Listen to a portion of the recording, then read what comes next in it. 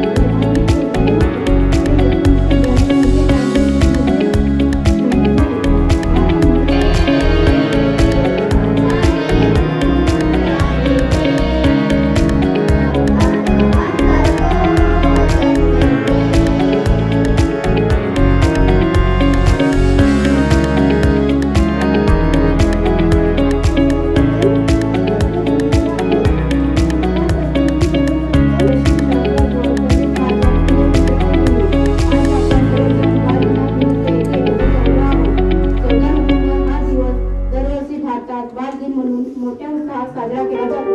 हा दिवस पंडित जवाहरलाल नेहरूंचा जन्मदिवस आहे। पंडित जवाहरलाल नेहरू हे भारताचे पहिले तुमचं त्या प्राथमिक शाळेतून माध्यमिक शाळेपर्यंत समजून जाते की तुम्ही कोणत्या प्रकारचे विद्यार्थी समाज कोणत्या प्रकारचे नागरिक होणार आहात।